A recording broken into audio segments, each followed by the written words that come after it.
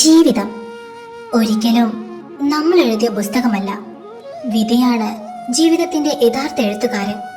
ചിലപ്പോഴൊക്കെ നമ്മൾ ആഗ്രഹിച്ചതുപോലെയുള്ള വഴികളിൽ കൂടി നമ്മൾ സഞ്ചരിക്കുന്നു. എന്നാൽ മറ്റൊരു സമയം നമ്മൾ പ്രതീക്ഷിക്കാത്ത വഴികളിൽ കൂടി നമുക്ക് സഞ്ചരിക്കേണ്ടി വരുന്നു. ആ യാത്രയിൽ നമ്മളിലേക്ക് എത്തുന്ന ബന്ധങ്ങൾ ചിലത് നമ്മൾ തിരഞ്ഞെടുക്കുന്നതാണെങ്കിൽ മറ്റു ചിലത് വിധി നമ്മൾക്ക് മുന്നിൽ വെച്ചു നീട്ടുന്നതാണ്. ആ ബന്ധങ്ങൾ സന്തോഷമായി മാറുമോ വേദനയായി തീരുമോ കാലമാണ് പറയേണ്ടത്. ഹിതം അങ്ങനെയൊരു കഥയാണ്. വിധിയുടെ കളികളാൽ തമ്മിൽ ബന്ധപ്പെടേണ്ടി വന്ന രണ്ട് ഹൃദയങ്ങളുടെ കഥ. വെറുപ്പിൽ തുടങ്ങി വ്യത്യസ്ത വികാരങ്ങളിലൂടെ കടന്ന് ഒടുവിൽ സ്നേഹത്തിലേക്ക് എത്തിച്ചേരുന്ന ഒരു ജീവിതയാത്ര.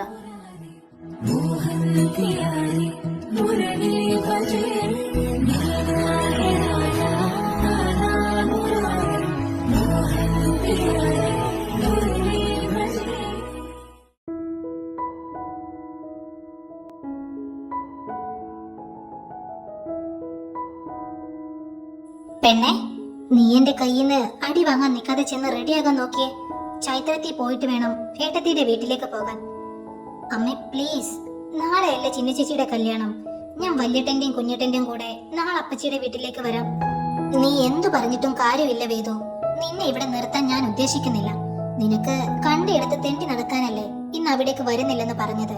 മാത്രമല്ല അപ്പു നന്ദു ഒക്കെ നാളെ ചെക്കന്റെ കൂടെ ഓഡിറ്റോറിയത്തിലേക്ക് വരും. അവിടെ മാത്രമല്ലല്ലോ, ചൈത്രത്തിലും ഇന്ന് കല്യാണത്തലേന്നല്ലേ. അവിടെയും ആരെങ്കിലും ഒക്കെ വേണ്ടേ? അവർക്ക് സ്വന്തമെന്നും ബന്ധമെന്നും പറയാൻ നമ്മൾ മാത്രമല്ലേ ഉള്ളൂ. നീ എന്തായാലും ചൈത്രത്തിലേക്ക് പോകില്ല. അപ്പോ ഞങ്ങളുടെ കൂടെ ഏട്ടത്തിയുടെ വീട്ടിലേക്ക് വരുന്നത് തന്നെയാ നിനക്ക് നല്ലത്. അമ്മേ, എന്നെ കൊണ്ട് ചട്ടുകം എടുപ്പിക്കാതെ ചെന്ന് റെഡിയാകുവേതു.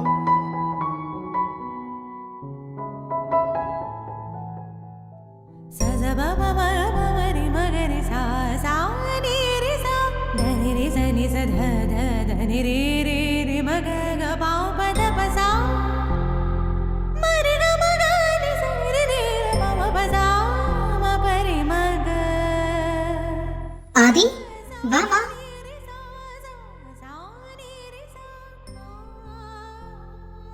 അല്ല, വേദുമോളുടെ മുഖം എന്താ ഇങ്ങനെ ഇരിക്കുന്നേ? ആദി വഴക്ക് പറഞ്ഞോ? എന്തിനാ ആദി മോളെ വഴക്ക് പറഞ്ഞത്? വഴക്ക് പറയാതെ പിന്നെ ഇവളുടെ സ്വഭാവത്തിന് വഴക്കല്ല, രണ്ടടി വെച്ച് കൊടുക്കുക വേണ്ടേ? അവളുടെ ചേച്ചിയുടെ കല്യാണമല്ലേ നാളെ. ഒരാഴ്ച മുന്നേ പോകേണ്ടതല്ലേ അങ്ങോട്ട്. പിന്നെ ഇവിടെയും കല്യാണം ആയോണ്ടാ അങ്ങോട്ട് പോകാതിരുന്നേ. ഇന്നെങ്കിലും അവിടെ ചെന്നില്ലെങ്കിൽ അവിടെ ഉള്ളവരൊക്കെ എന്ത് കരുതും? ഇവളെ വിളിച്ചപ്പോ ഇവൾക്ക് വരാൻ പറ്റില്ലെന്ന്. എന്നാ പിന്നെ ഇവിടെ നിൽക്കുവോ? അതും ഇല്ല. കണ്ട പാടത്തും പറമ്പിലും തെണ്ടി നടക്കാനല്ലേ. അതിന് ഞാൻ സമ്മതിച്ചില്ല. അതിനാ ഈ കിടന്ന് മുഖം വീർപ്പിച്ചു വെച്ചേക്കുന്നേ. മതി ആദി മോളെ വഴക്ക് പറഞ്ഞത്. അവള് കുഞ്ഞല്ലേ. കുഞ്ഞ് അടുത്ത ആഴ്ച PGക്ക് ജോയിൻ ചെയ്യേണ്ട പെണ്ണ. ഇവളാണോ കുഞ്ഞ്? അവള് കുഞ്ഞ് തന്നെയാ അല്ലേ വേദുസേ? അല്ല, ഉണ്ണിയൊക്കെ എവിടെ? ഉണ്ണിയും നന്ദുവും ഓഡിറ്റോറിയത്തിൽ പോയിരിക്കുക. അവിടെ നാളത്തെ സദ്യക്കുള്ള സാധനങ്ങൾ ഇറക്കണ്ടേ? അല്ല ഹേമേ, പെണ്ണിനുള്ള ഓൾട്ടർ ചെയ്ത ഡ്രസ് എല്ലാം കൊണ്ടുവന്നോ? ഇല്ലാതെ, അവൻ ഇന്ന് രാത്രി പോയി വാങ്ങിച്ചോളാം എന്നാ പറഞ്ഞത്. എല്ലാത്തിനും അവൻ ഒരാളല്ലേ ഉള്ളൂ. അപ്പവും നന്ദവും ഉള്ളോണ്ട് ഒരു സമാധാനവാ. ആ, നിങ്ങളെന്തായാലും അകത്തേക്ക് വാ. ഏയ്, കേറാനൊന്നും നിക്കുന്നില്ല ഹേമേ. വിശ്വേട്ടൻ ഇപ്പൊ വരും. ഏട്ടൻ നമ്മുടെ മില്ലിലൊന്ന് പോയേക്കുവാ. നാളെ ലീവല്ലേ? ആ, അത് പറഞ്ഞപ്പോഴാ ഞാൻ വിശ്വേട്ടനെ ഒന്ന് കാണാനിരുന്നത് ആദി. നമ്മുടെ അന്നദാനത്തിന്റെ കാര്യം സംസാരിക്കാൻ. അതിന്റെ കാര്യം ഇന്നലെ തന്നെ വിശ്വേട്ടൻ ശരിയാക്കി അപ്പുവിനെ പറഞ്ഞേൽപ്പിച്ചിട്ടുണ്ട്. തിരക്കിനിടയിൽ നിന്നോട് പറയാൻ വിട്ടുപോയതായിരിക്കും. ഓ, അത് സാരമില്ല, പറഞ്ഞേൽപ്പിച്ചല്ലോ, അത് മതി.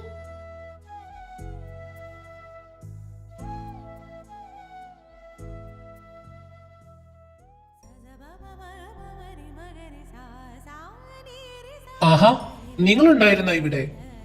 അല്ല, പോയ കാര്യം എന്തായിടാ? സാധനങ്ങളൊക്കെ ഇറക്കിയോ? ആ അമ്മേ, എല്ലാം ഇറക്കിയിട്ടുണ്ട്. അല്ല, നിങ്ങൾ മാത്രമേ അച്ഛനില്ലേ? വിശ്വേട്ടൻ മില്ലിലേക്ക് പോയേക്കോ നന്ദു.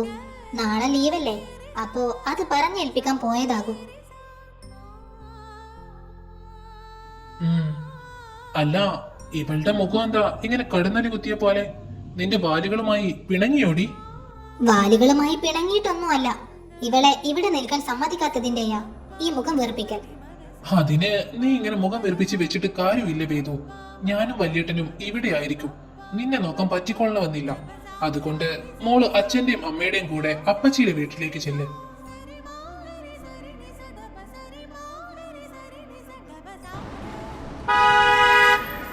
ആഹാ, ഏട്ടൻ വന്നല്ലോ. ഹേമേ, ഞങ്ങൾ എന്നാ ഇറങ്ങുവാ. ശരി ആദി. ഉണ്ണി, നാളെ സുന്ദരനായി അങ്ങ് എത്തിയേക്കണം ഞങ്ങളുടെ കുട്ടിയെ സ്വന്തമാക്കാൻ. വേദു, വാ. ആ,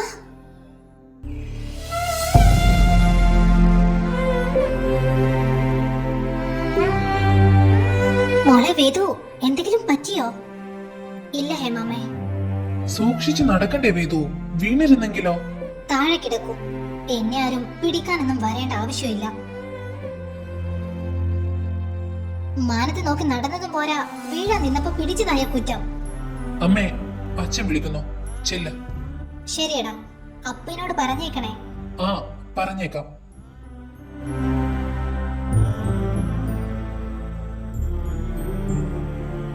ഉണ്ണി, നീ ചെന്ന് രവിയേട്ടൻ ഒന്ന് കാണണേ. നേരത്തെ മൈമോള് വന്നിട്ട് രവിയേട്ടൻ നിന്നെ വിളിക്കുന്നുണ്ടെന്ന് പറഞ്ഞിരുന്നു. ഓ, ഞാനത് മറന്നു. വരുന്ന ആളുകളുടെ എണ്ണം കൊടുക്കണമെന്ന് രവിയേട്ടൻ പറഞ്ഞിരുന്നു. നന്ദു, ഞാൻ ചെന്ന് രവിയേട്ടനെ കണ്ടിട്ട് വരാം. ശരിയടാ, നീ പോയിട്ട് വാ. ഹേമമ്മേ, എനിക്ക് വിശക്കുന്നുണ്ട്. കഴിക്കാൻ എന്തെങ്കിലും എടുക്ക്. നീ ഇരിക്കെ, ഞാൻ എടുക്കാം. ശരി.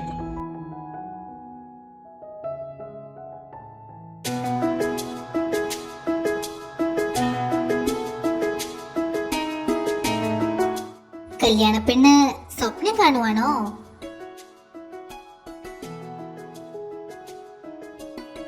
വേദു, നീ ഇപ്പോഴാണോ വരുന്നേ?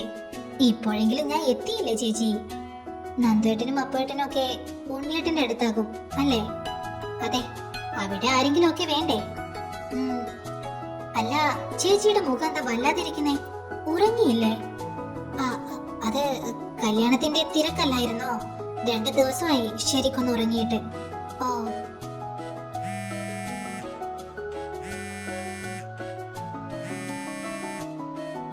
എന്നാ നീ താഴേക്ക് ചെല്ല്. ഞാൻ സംസാരിച്ചിട്ട് വന്നേക്കാം. ശരി ചേച്ചി.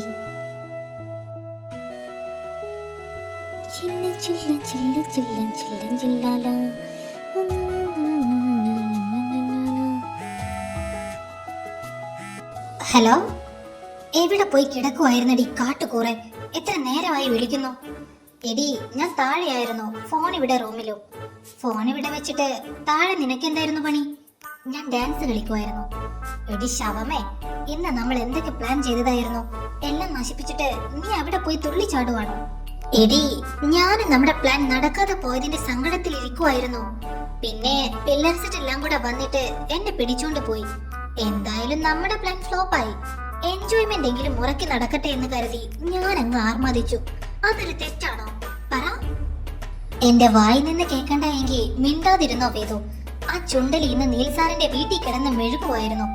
അവക്കിട്ട് പണിയാൻ ഒരവസരം നോക്കിയിരിക്കാൻ തുടങ്ങിയിട്ട് കാലം എത്രയായി? ഒരു ദിവസം ഒത്തു വന്നപ്പോ നീ അത് കൊണ്ടുപോയി നശിപ്പിച്ചു. അതിന് ഞാൻ എന്ത് ചെയ്യാനാ? അമ്മ അവിടെ നിൽക്കാൻ സമ്മതിക്കണ്ടേ? നിനക്ക് ആദിയാന്റിയോട് പറഞ്ഞൂടായിരുന്നോ നീ ഇന്ന് ചൈത്രത്തിൽ നിൽക്കുവെന്ന്? എന്ന് ആദിയാന്റി ഉറപ്പായും സമ്മതിച്ചേനെ. എന്റെ പട്ടി നിൽക്കും അവിടെ. ആ, നിന്റെ മുത്തശ്ശി ഹോസ്പിറ്റലിലായിരുന്നപ്പോ നിന്റെ പട്ടിയായിരുന്നല്ലോ പിന്നെ ചൈത്രത്തിൽ നിന്നത്. അത് അന്ന് ഹേമമ്മയുടെ കൂടെ ആയിരുന്നില്ലേ? അതുപോലെ തന്നെയല്ലേ ഇപ്പോഴും. അല്ലാതെ നീൽസാറിന്റെ കൂടെ കയറി കിടക്കാൻ നിന്നോട് പറഞ്ഞോ? ഓ, അങ്ങനെ ഒന്നും പറയല്ലേ എന്റെ മൈ. ചൊറിഞ്ഞു വരുന്ന എനിക്ക്. എന്റെ പൊന്നു വേദു, നീ ചൈത്രത്തിൽ നിൽക്കാമെന്ന് ആദിയന്റോട് പറഞ്ഞിട്ട് എന്റെ വീട്ടിൽ നിൽക്കാവായിരുന്നില്ലേ? ആ, നല്ല ഐഡിയ. ഞാൻ അവിടെ നിൽക്കാമെന്ന് പറഞ്ഞ അമ്മയ്ക്ക് ഉറപ്പായ സംശയം തോന്നിയേനെ. കൊന്നാ പോലും ഞാൻ അയാളുടെ വീട്ടിൽ നിൽക്കില്ലെന്ന് അമ്മക്കറിയാം. പിന്നെ ഇന്ന് പോയി നിൽക്കാമെന്ന് പറഞ്ഞ അതിന്റെ പിന്നിലുള്ള കാരണം കണ്ടുപിടിച്ചിട്ടേ എന്റെ ആദിക്കുട്ടി അടങ്ങും. എന്തായാലും നല്ലൊരവസരമായിരുന്നു അത്. എന്റെ ഐശുക്കുട്ടി, നീ ഒന്ന് ക്ഷമിക്ക്. ഇന്നല്ലെങ്കിൽ എന്നെങ്കിലും നിന്റെ ആഗ്രഹം പോലെ നമ്മൾ ആ പൊട്ടി പിശാശിനിട്ട് പണി തിരിക്കും.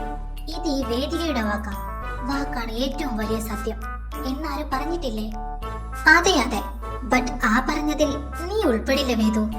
ഓ വേദു, എന്നാ ശരി, അമ്മ വിളിക്കുന്നു. ഞാൻ അങ്ങോട്ട് ചെല്ലട്ടെ. ശരിയടി, നാളെ നേരത്തെ എത്തിക്കോണം കേട്ടല്ലോ. Okay, good night. Good night. സൗരഭം സർവം സദാ നിൻ സൗരഭം നാഭസിൽ പൂർണ്ണ വിധുപോ വദനം മനസോ. ആദി, പെണ്ണിനെ വിളിക്കാൻ സമയമായി. നീ ചെന്ന് വൈഷുവിനോട് പറ. ശരി ഏട്ടാ. വേദു, നിങ്ങൾ 3 പേരും താരെടുക്കാനുള്ളവരുടെ കൂട്ടത്തിൽ ഉണ്ടായിരിക്കണം കേട്ടല്ലോ. ഓ ഏട്ടാ, ഏട്ടത്തി ഒന്ന് വന്നേ.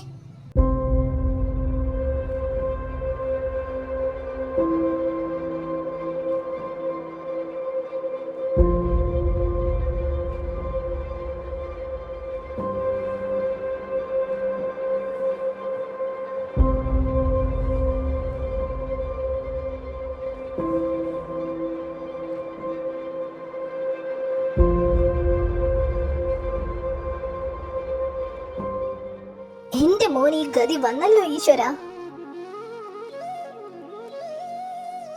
ഞാൻ നിന്നോട് ക്ഷമ ചോദിക്കുന്നു ഹേമേ.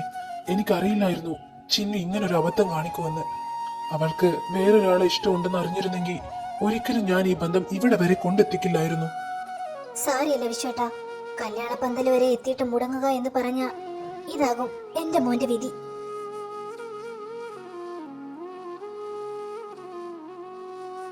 അങ്ങനെ ഈ കല്യാണം മുടങ്ങാൻ ഞാൻ സമ്മതിക്കില്ല ഹേമേ. ഇത് ഇവിടം വരെ എത്തിച്ചത് ഞാനാണ്. ഇതിന്റെ പരിഹാരവും ഞാൻ തന്നെ കാണും. ഉണ്ണിയുടെ കല്യാണം ഇന്ന് പറഞ്ഞ മുഹൂർത്തത്തിൽ തന്നെ നടക്കും. വിശ്വട്ടാ, ഏട്ടൻ എന്തൊക്കെയാ ഈ പറയുന്നേ? ചിന്നുവിനെ കൊണ്ടുവന്ന് വീണ്ടും ഈ വിവാഹം നടത്തണമെന്നാണോ? അല്ല, ഒരാളുടെ കൂടെ ഇറങ്ങിപ്പോയ അവളെ ഉണ്ണിക്കിനി വേണ്ട. പകരം എന്റെ മകൾ വേദിക ഇന്ന് ഉണ്ണിയുടെ താലി അണിയും.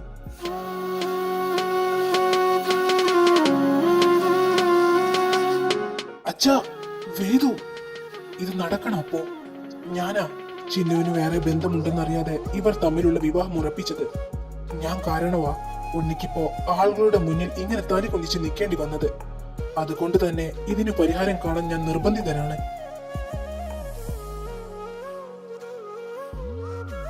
വേദു, മോളിതിന് സമ്മതിക്കണം.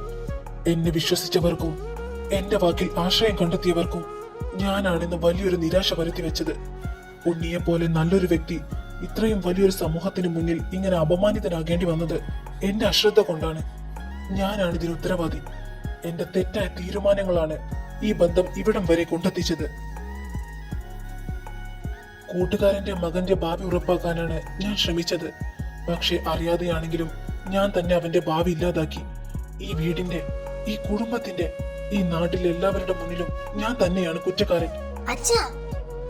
അച്ഛന് വേറെ വഴിയില്ല മോളെ. എന്റെ അച്ഛനെ ആരുടെ മുന്നിലും താഴാൻ ഞാൻ സമ്മതിക്കില്ല. എനിക്ക് ഈ വിവാഹത്തിന് സമ്മതമാണ്.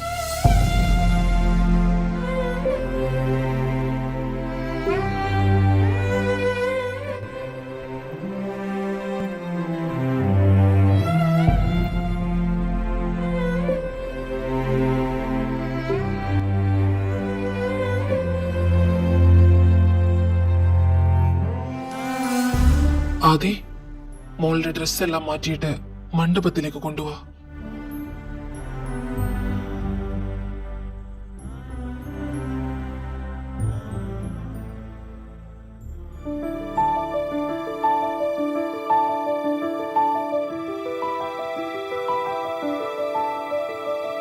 പൂവാസം പുറപ്പെടും പെണ്ണെ